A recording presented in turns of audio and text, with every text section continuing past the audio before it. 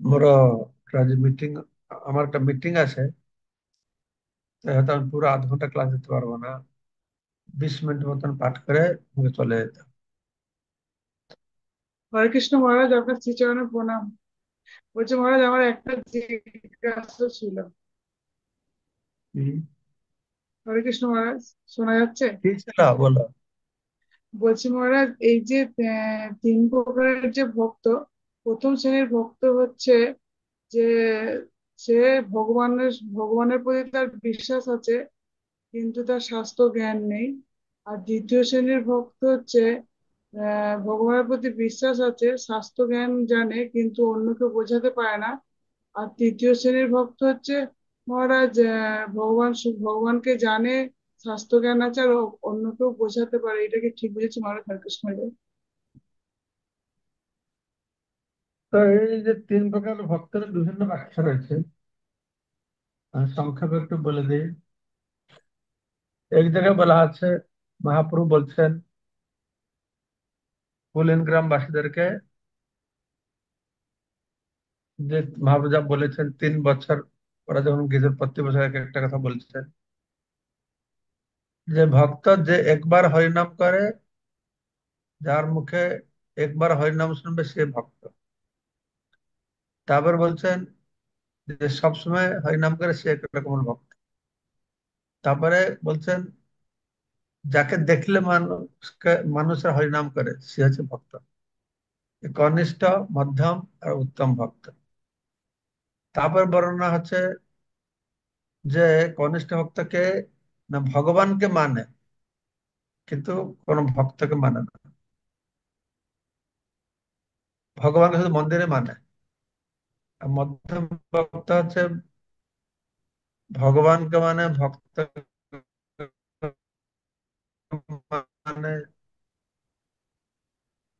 আরো উত্তম ভক্ত সর্বত্রই ভগবানকে দর্শন করে, এরকম একটা। আর এখানে প্রভুপাদ যেরকম বর্ণনা করছে, তুমি আরেকবার পড়বে তাৎপর্যতে।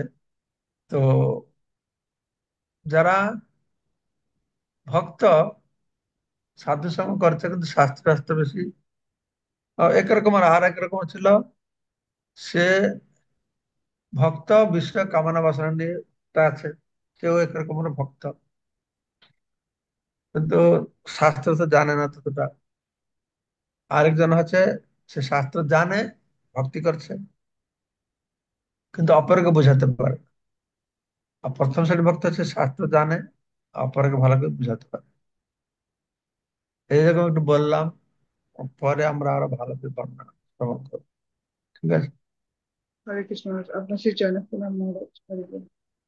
তো চৈতন্য চরিতামৃত শ্লোক নম্বর 100 আজকে পাঠ করা। কালকে আমরা শুনেছিলাম, হরে কৃষ্ণ। আমাদের গোপাল সকালম প্রকট হরে কৃষ্ণ। শুনিহি নানা দেশ হইতে, নানা দ্রব্য লয়া লোক লাগিল আসিতে, মথুরা লোক সব বড় বড় ধনী, ভক্তি করি নানা দ্রব্য ভেট দেয় আনি। বিভিন্ন প্রকারের দ্রব্য নিয়ে আসছে। কিরকম দ্রব্য নিয়ে আসছে? স্বর্ণ রৌপ্য বস্ত্র গন্ধ ভক্ত উপহার, অসংখ্য আইসে নিত্য বাড়িল ভান্ডার ভান্ডার, সোনা রূপা বস্ত্র অলংকার, বিভিন্ন খাবার জিনিস প্রচুর নিয়েছে, ভান্ডার ভরে গেছে। এক মহাধনী ক্ষত্রিয় করাইল মন্দির, কেহ পাক ভান্ডার কহিল, কেহ তো প্রাচীর। তারা এসে, কেউ একজন ক্ষত্রিয় এসে বড় মন্দির করে দিল, একজন এসে পাকশালা রান্নাঘর করে দিল, আর একজন বাউন্ডারি ওয়াল বানিয়ে দিল। এক এক ব্রজবাসী এক এক গাভী দিল, সহস্র সহস্র গাভী গোপালের হইল। প্রতি ব্রজবাসী বাড়ি থেকে, তাদের তো প্রচুর গাই। হ্যাঁ, এক একটা ব্রজবাসী এক একটা গাভী দিল, তাতে হাজার হাজার হয়ে গেল। বিগ্রহ প্রতিষ্ঠা করার এইটাই হচ্ছে পন্থা। মন্দির তৈরি করা এবং মন্দিরের সমৃদ্ধি বৃদ্ধি করা। ভগবানের মন্দির তৈরির জন্য এবং প্রসাদ বিতরণের জন্য সকলেরই উৎসাহ সহকারে দান করা উচিত। সবাই কর্তব্য মন্দির নির্মাণ, প্রসাদ বিতরণ একটা অত্যন্ত গুরুত্বপূর্ণ বিষয়। মানুষ যত প্রসাদ পাবে, তা একেবারে অধম, একেবারে পতিত, কিচ্ছু করতে চায় না, শাস্ত্র শুনতে চায় না, সাধুসঙ্গ করতে চায় না, হরিনাম করতে চায় না, শুধু প্রসাদ দিলে এসে যাবে সবাই। এই প্রসাদের মাধ্যমে তারা শুদ্ধ হবে। প্রসাদ সেবা করিলে হয় সকল প্রপঞ্চ যায়। তো আমাদের মানুষের প্রসাদ খাওয়া উচিত, তাতে তারা আস্তে আস্তে ভক্ত হয়ে যাবে। ধনী ব্যক্তিরাও হুম, হুম, ভক্তের কর্তব্য ভগবত ভক্তির কথা প্রচার করা ও তার ফলে মানুষকে ভগবানের সেবায় নিযুক্ত করা। ধনী ব্যক্তিরাও এই কার্যকলাপে অংশগ্রহণে আকৃষ্ট হতে পারেন। এইভাবে সকলে পারমার্থিক জীবনে আগ্রহী হবে, সমগ্র সমাজ কৃষ্ণ ভাবনায় পরিণত হবে। প্রভুপাদ চিন্তা ছিল পৃথিবীর সর্বত্র সবাইকে কৃষ্ণ ভক্ত করে। ভবিষ্যৎবাণী আছে, পৃথিবীতে আছে তো নগরাদি গ্রাম, সর্বত্র প্রচারিত হই মোর নাম। আর প্রভুপাদের সেই দৃঢ় আকাঙ্ক্ষা, বিশ্বাস ছিল যে সারা বিশ্বের মানুষ যেন ভক্ত হয়, সমগ্র সমাজ কৃষ্ণ ভাবনায় পরিণত হবে। জড় ইন্দ্রিয় তর্পণের বাসনা তখন আপনা থেকে নষ্ট হয়ে যাবে। ও তখন ইন্দ্রিয়গুলি এতই পবিত্র হবে যে এগুলি ভগবানের সেবায় নিযুক্ত হতে সক্ষম হবে।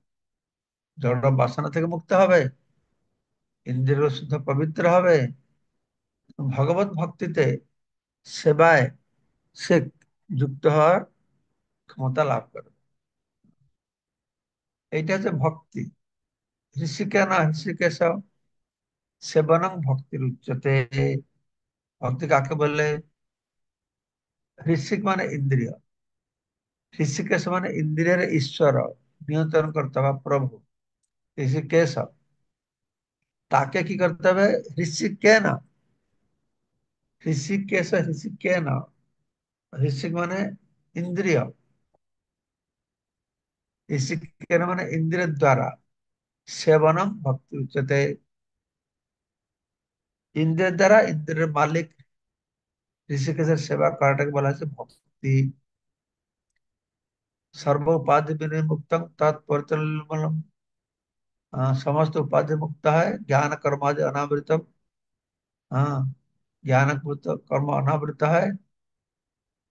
कृष्णानुशीलनम भक्तिर उत्तमा, उत्तम भक्ति। हाँ, उत्तम भक्ति। তো ভগবানের সেবা করলে আস্তে আস্তে ইন্দ্রিয়গুলি পবিত্র হয়ে যাবে। সবলে ইন্দ্রিয়কে ভগবান সেবায় নিযুক্ত রাখতে হবে। সেই পবিত্র ইন্দ্রিয়গুলি ভগবান ঋষিকেশের সেবায় নিযুক্ত করার নাম হচ্ছে ভক্তি, ভক্তিমূলক সেবা। ভগবত ভক্তির স্বাভাবিক প্রবণতা যখন জাগরিত হয়, তখন পরমেশ্বর ভগবানকে যথাযথভাবে জানা যায়। ভক্তির মাধ্যমে ভগবানকে জানা যাবে, কর্মের মাধ্যমে নয়, জ্ঞানের মাধ্যমে নয়, যোগের মাধ্যমে নয়। তাই ভগবান শ্রীকৃষ্ণ ভগবত গীতা 18 অধ্যায় 55 নম্বর শ্লোকে বললেন, ভক্ত্যমাং অভিজানাতি যাওয়ান যশ্চাস্মি ততঃ। ভক্ত্যমাং জানা, ভক্ত আমাকে জানে। ভক্তিয়া তো অনন্য শক্তি, ভক্তি একমাত্র উপায়। हाँ, ভক্তি এনম দর্শয়তি, একে ভক্তির দ্বারাই দর্শন করা যায়। প্রেমাঞ্জন ছুরিত ভক্তি বিলোচনে, প্রেম অঞ্জন দ্বারা রঞ্জিত হয় সেই ভক্তি, প্রেম ভক্তি রঞ্জিত চক্ষু দ্বারা তাকে দর্শন করা যায়। তো ভগবত ভক্তির স্বাভাবিক প্রবণতা জাগরিত হয়, তো পরমেশ্বর ভগবানকে যথাযথভাবে জানা যায় ভক্তির মাধ্যমে। ভক্তিয়ামাং অভিজানাতি, মানুষকে তখন মানুষকে তাদের হৃদয়ের সুপ্ত কৃষ্ণ ভক্তি জাগরিত করতে সুযোগ দেওয়া, এটাই হচ্ছে পন্থা। আমাদের সবার হৃদয়ে কৃষ্ণ ভক্তি কৃষ্ণ প্রেম রয়েছে, প্রতিটি জীবের হৃদয়ে। সেটাকে জাগরিত করতে হবে, প্রজ্বলিত করতে হবে। কিভাবে? এই নববিধা ভক্তিমূলক সেবার মাধ্যমে।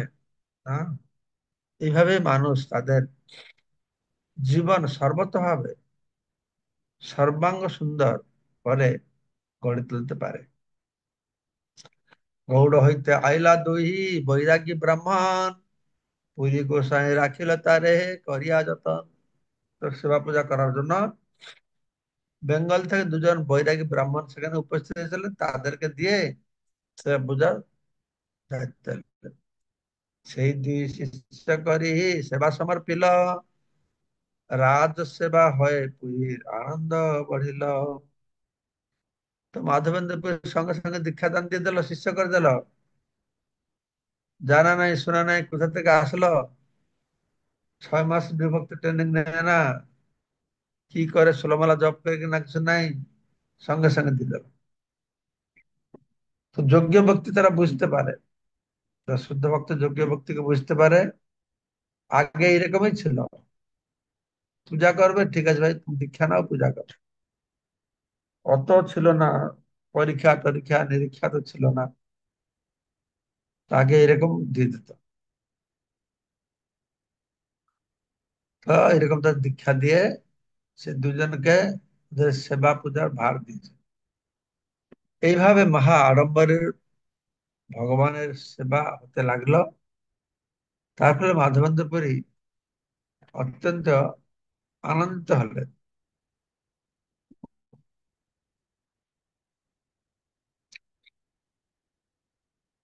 শ্রী মাধবেন্দ্র পুরী তাদের দীক্ষাদান করে শিষ্যত্ব বর্ণনা করেছিলেন এবং তাদের হস্তে ভগবানের দৈনন্দিন সেবার ভার অর্পণ করেছিলেন। এইভাবে মহা আড়ম্বরে ভগবানের সেবা হতে লাগলো এবং তার ফলে মাধবেন্দ্র পুরী অত্যন্ত আনন্দিত হলেন। গোস্বামীগণ বহু মন্দির প্রতিষ্ঠা করেছিলেন, যেমন গোবিন্দজি মন্দির, গোপীনাথের মন্দির, মদন মোহনের মন্দির, শ্রী রাধা দামোদর মন্দির, রাধা গোকুলানন্দজি মন্দির। তো বহু মন্দির তারা রচনা করে, নির্মাণ করেছিলেন, প্রতিষ্ঠা করেছেন, বিগ্রহ প্রতিষ্ঠা করেছেন। তো গোস্বামীগণ তাদের শিষ্যদের উপর এই সমস্ত মন্দিরের সেবা পূজার ভার অর্পণ করেছেন। এমন নয় যে সেই সমস্ত শিষ্যরা ছিলেন গোস্বামীদের পরিবার বর্গ, জাত গোসাই যে আছে সেরকম নয়, যে আমি গোস্বামী, আমার ছেলে গোস্বামী, আমার ছেলে গোস্বামী না, আমার পরিবার যারা গোস্বামী হতে পারে আর কেউ হতে পারবে না। এটা ছিল না। তিনি শিষ্য করেছিলেন মন্ত্র দিয়ে, সে গোস্বামী হয়েছিল। তো অধিকাংশ গোস্বামী ছিলেন সন্ন্যাস আশ্রম অবলম্বী, বিশেষ করে জীব গোস্বামী তার সমগ্র জীবনে ছিলেন ব্রহ্মচারী। বর্তমানে সেবায়েতরা বিগ্রহ সেবায় যুক্ত আছেন বলে গোস্বামী উপাধি তারা গ্রহণ করেছে। হ্যাঁ, গোস্বামী উপাধি গ্রহণ করেছে।